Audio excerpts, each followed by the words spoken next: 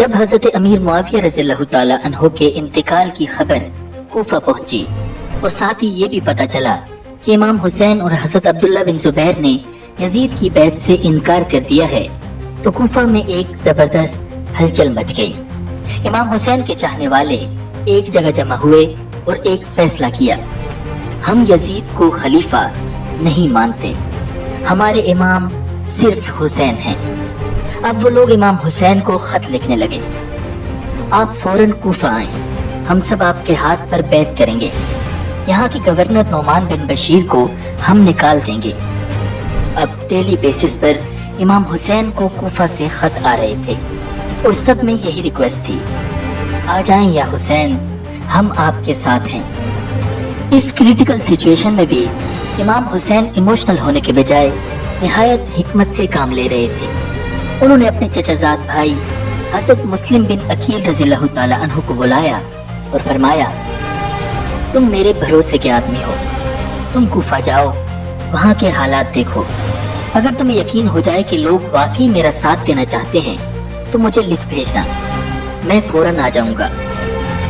حضرت مسلم بن عقیل رضی اللہ تعالی عنہ مدینہ گئے، مسجد نبوی میں نماز پڑھی، اپنے گھر والوں کو اللہ کے حوالے کیا اور کوفہ کے سفر پر روانہ ہو گئے۔ کچھ ہی دن بعد وہ کوفہ پہنچ گئے اور وہاں مختار بن ابی عبید نامی شخص کے گھر میں قیام کیا۔ اب جب لوگوں کو پتہ چلا کہ مسلم بن عقیل کوفہ پہنچ چکے ہیں تو بہت بڑی تعداد میں لوگ ان سے ملاقات کے لیے آنے لگے۔ جو بھی ان سے ملنے آتا وہ اسے امام حسین کا خط پڑھ کر سناتے، فوراً سننے والے کی آنکھوں سے آنسو بہنے لگتے۔ چند ہی دن میں حضرت مسلم بن عقیل کو آئیڈیا ہو گیا تھا کہ یہاں تو لوگ یزید سے سخت تنگ آ چکے ہیں اور سبھی جلد از جلد امام حسین کے ہاتھ پر بیعت کرنا چاہتے ہیں، تو انہوں نے خود امام حسین کے لیے بیعت کرنا شروع کر دی۔ کچھ ہی دنوں میں تقریباً 18,000 افراد نے امام حسین علیہ السلام کے لیے بیعت کر لی۔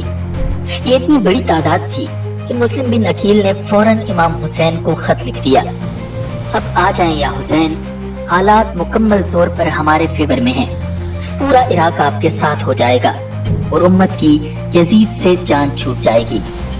لیکن اللہ رب العزت کو کچھ اور ہی منظور تھا۔ ادھر مسلم بن عقیل نے خط بھیجا اور ادھر کوفہ کے حالات بدلنے لگے۔ یزید کو خبر مل گئی کہ کوفہ میں مسلم بن عقیل بیعت لے رہے ہیں۔ اس وقت کوفہ کے گورنر نعمان بن بشیر تھے۔ یہ بہت ہی نیک اور رحم دل صحابی تھے۔ انہوں نے جاننے کے باوجود حضرت مسلم بن عقیل کے خلاف کوئی سخت ایکشن نہیں لیا تھا، مگر کوفہ میں یزید کے سپورٹرز بھی موجود تھے۔ ایک شخص عبداللہ بن مسلم نے یزید کو خط لکھ دیا، اگر کوفہ تمہیں چاہیے تو یہاں نعمان بن بشیر جیسا کمزور آدمی نہیں چلے گا، کسی طاقتور بندے کو فوراً بھیجو، ورنہ کوفہ تمہارے ہاتھ سے نکل جائے گا۔ یہ سن کر یزید نے فوراً نعمان بن بشیر کو ہٹا کر عبید اللہ بن زیاد کو کوفہ اور بصرہ دونوں کا گورنر بنا دیا اور حکم دیا، فوراً کوفہ جاؤ، مسلم بن عقیل کو ڈھونڈ کر یا تو کوفہ سے نکال دو اور یا پھر ان کو قتل کر دو۔ ابن زیاد نے حکم ملتے ہی کوفہ جانے کی تیاری شروع کر دی۔ اب کوفہ کے حالات تیزی سے بدلنے والے تھے، مگر اسی دوران بصرہ میں بھی ایک بہت ہی امپورٹنٹ واقعہ پیش آیا۔ امام حسین علیہ السلام نے بصرہ کے کچھ بڑے لوگوں کو ایک سیکرٹ خط بھیجا۔ اس خط میں میسج بالکل کلیئر تھا، وہ یہ، آپ سب دیکھ رہے ہیں کہ رسول اللہ صلی اللہ علیہ وسلم کی سنت مٹائی جا رہی ہے اور نئی نئی بدعتیں پھیلائی جا رہی ہیں، آئیں کتاب اللہ اور سنت رسول صلی اللہ علیہ وسلم کو بچائیں اور اللہ کے احکام کو امپلیمنٹ کرنے کے لیے میرے ساتھ کھڑے ہوں۔ ابن زیاد اس وقت بصرہ میں ہی موجود تھا۔ یہ خط بھیجا تو بہت رازداری سے کیا تھا، مگر کسی طرح ابن زیاد کے ہاتھ لگ گیا۔ ابن زیاد خط دیکھتے ہی غصے سے لال پیلا ہو گیا اور فوراً قاصد کو قتل کر دیا۔ پھر اس نے بصرہ کے سب لوگوں کو اکٹھا کیا اور دھمکی دیتے ہوئے کہا، جو میری بات مانے گا اس کے لیے آسانی ہے، جو مخالفت کرے گا اس کے لیے میں ایک دردناک عذاب ہوں۔ پھر اس نے اعلان کیا، مجھے یزید نے حکم دیا ہے کہ فوراً کوفہ جاؤں۔ اس نے اپنے بھائی عثمان بن زیاد کو اپنا جانشین بنایا اور خود اپنے ساتھیوں کو لے کر کوفہ کی طرف روانہ ہو گیا۔ ادھر کوفہ کے لوگ تو امام حسین علیہ السلام کی آمد کے انتظار میں بیٹھے تھے۔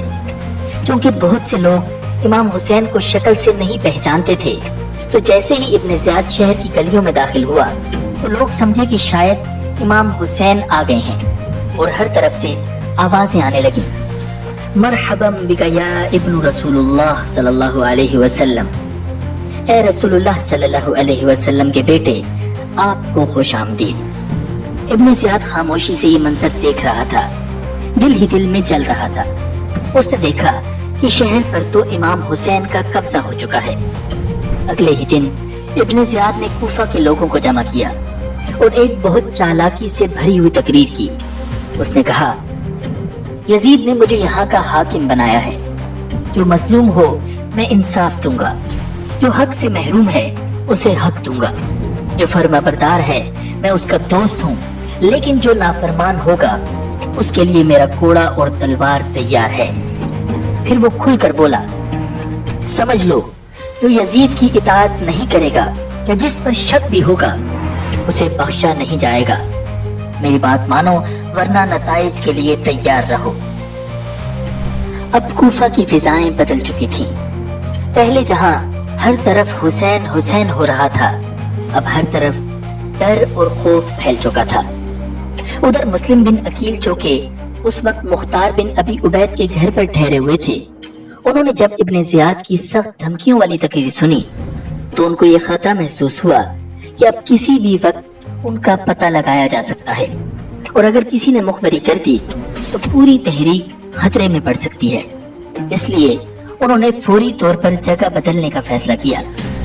وہ چپکے سے نکلے اور کوفہ کے ایک باعزت بزرگ ہانی بن عروہ کے دروازے پر پہنچے۔ دستک دی، ہانی بن عروہ باہر آئے۔ وہ مسلم بن عقیل کو اپنے دروازے پر دیکھ کر حیران رہ گئے۔ مسلم بن عقیل نے کہا، میں آپ کے پاس پناہ لینے آیا ہوں۔ ہانی بن عروہ ایک لمحے کو پریشان ہو گئے اور بولے، آپ نے مجھے بڑی آزمائش میں ڈال دیا ہے۔ اگر آپ میرے گھر میں داخل نہ ہوئے ہوتے تو میں شاید چاہتا کہ آپ واپس چلے جائیں، لیکن اب جب آپ آ چکے ہیں تو آپ میری امان میں ہیں۔ آئیے اندر تشریف لائیے۔ یوں مسلم بن عقیل ہانی بن عروہ کے گھر میں چھپ گئے۔ اب کوفہ کے مخلص لوگ چھپ چھپ کر ان سے ملاقاتیں کرتے، مشورے لیتے اور امام حسین کے مشن کو آگے بڑھانے میں مدد کرتے۔ دوسری طرف امام حسین علیہ السلام کے پاس کوفہ سے مسلسل خط آ رہے تھے، اور پھر ایک دن مسلم بن عقیل کا خط بھی آ پہنچا، جس میں ساری تفصیل لکھی تھی کہ ہزاروں افراد نے بیعت کر لی ہے، اب آپ کوفہ تشریف لے آئیں۔ بالآخر امام حسین علیہ السلام نے کوفہ جانے کا فیصلہ کر لیا۔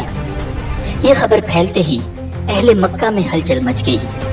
بہت سے صحابہ کرام نے آپ کے اس فیصلے کی مخالفت کی۔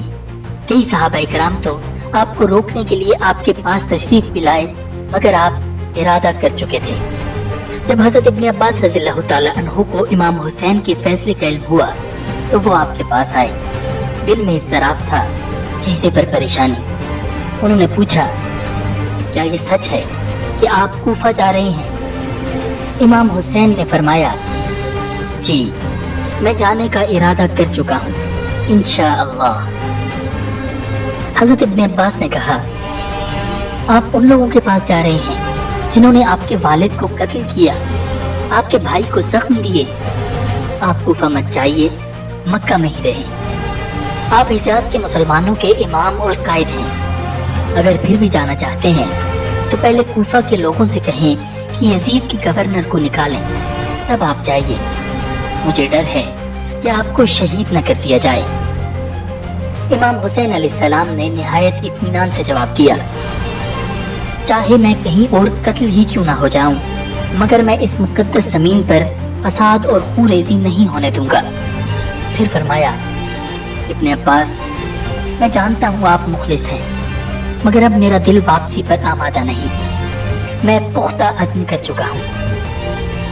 بالآخر ذی الحجہ سن 60 ہجری کی 3 یا 8 تاریخ کو نبی اکرم صلی اللہ علیہ وسلم کے نواسے حضرت فاطمہ الزہرا رضی اللہ تعالی عنہا کے لخت جگر امام علی مقام امام حسین علیہ السلام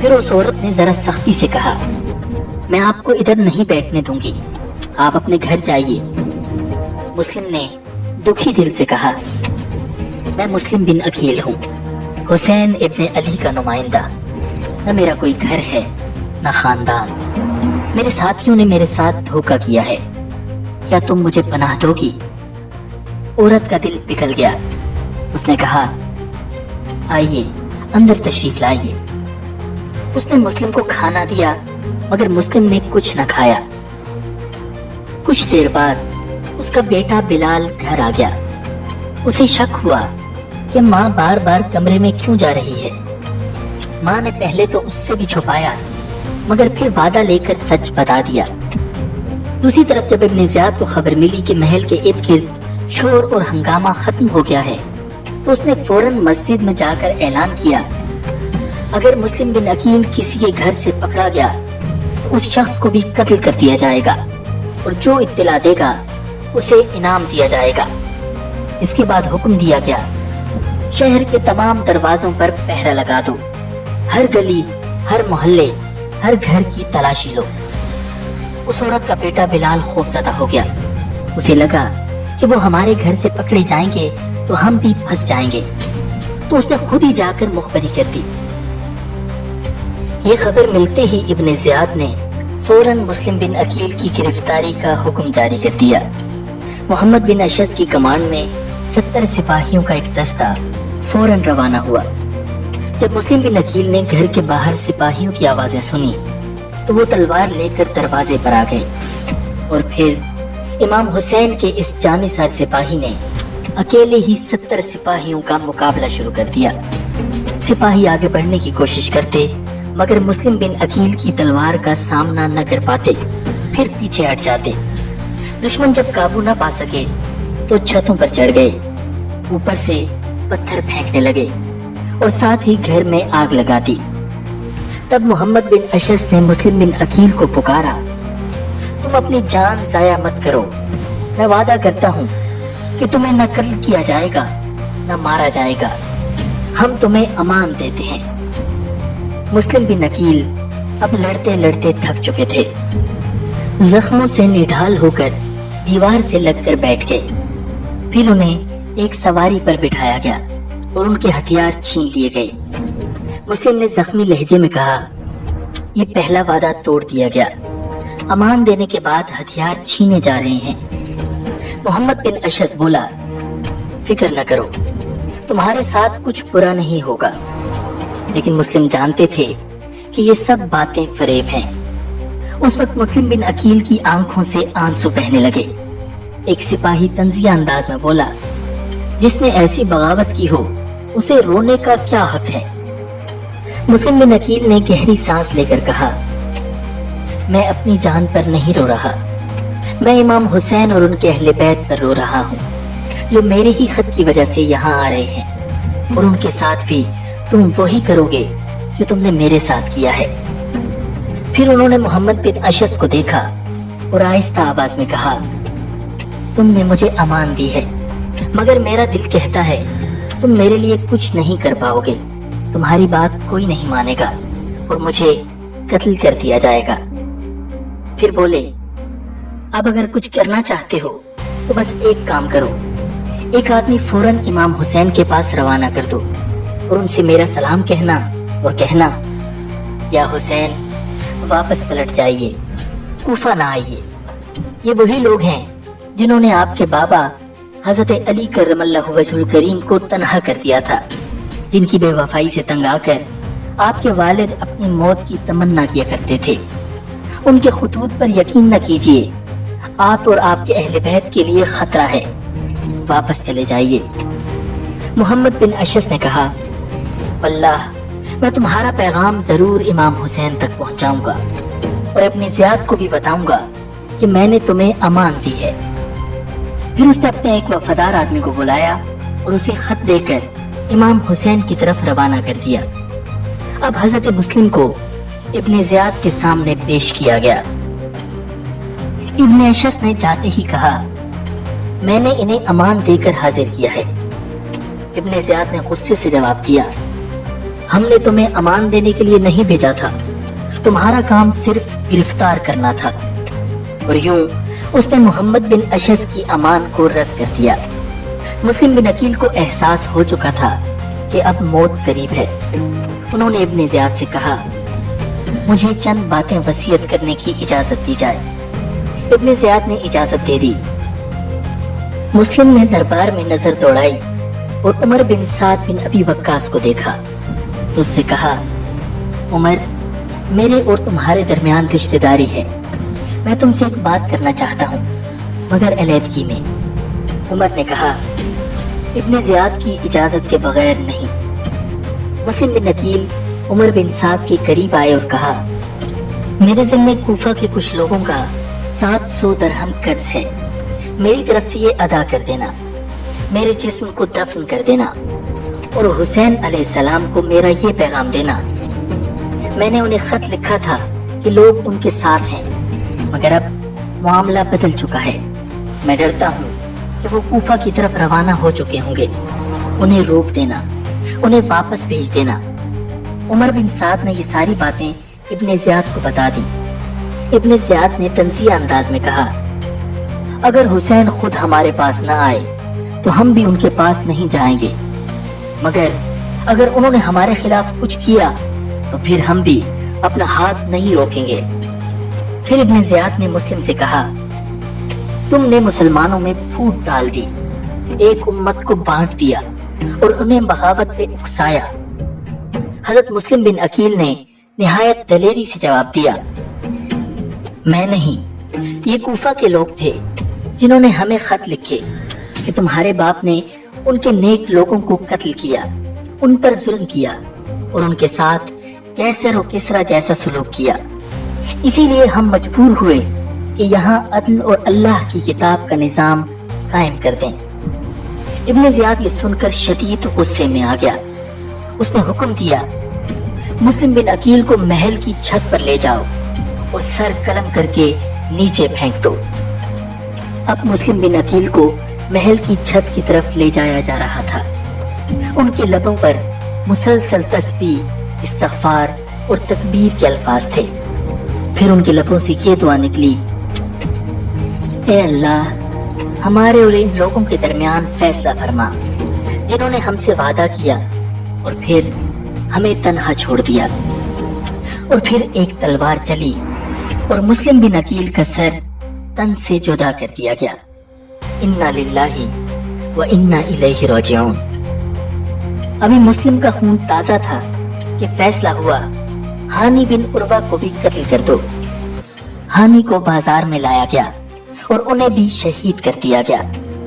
اب ان دونوں شہیدوں کے کٹے ہوئے سروں کو کوفہ کے گورنر ہاؤس سے دمشق کی طرف روانہ کر دیا گیا یزید کے دربار میں، جس کے جواب میں یزید نے ابن زیاد کو خط بھیجا، تم نے وفاداری کا حق ادا کر دیا، تمہارا شکریہ، لیکن ساتھ ہی یہ آرڈر دیا، مجھے یہ اطلاع ملی ہے کہ حسین عراق کی سرحد کے قریب آ چکے ہیں، فوراً پورے شہر میں جاسوس اور مخبر پھیلا دو، ہر گلی، ہر دروازے، ہر قبیلے پر نظر رکھو، اور اگر کسی پر بھی حسین کی سپورٹ کا ذرا سا بھی شک ہو تو فوراً اسے گرفتار کر لو۔